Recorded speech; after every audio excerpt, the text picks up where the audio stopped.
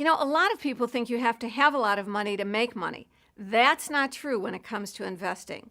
First of all, many mutual funds will let you start with a relatively small amount of money, and you can buy individual stocks if you have only a small amount of money. Go to sharebuilder.com. They'll let you buy a small dollar amount of stocks for a very low commission, and you can pick your stock. You just don't get to set the limit price.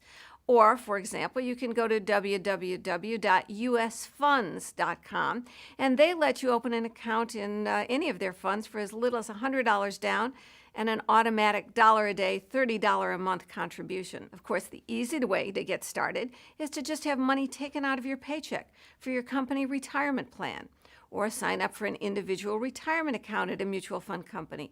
They'll dip into your checking account on a regular basis too. And if you're too worried about investing to do even that, sign up for the U.S. Savings Bonds Payroll Deduction Plan, or sign up for the automatic deduction from your checking account.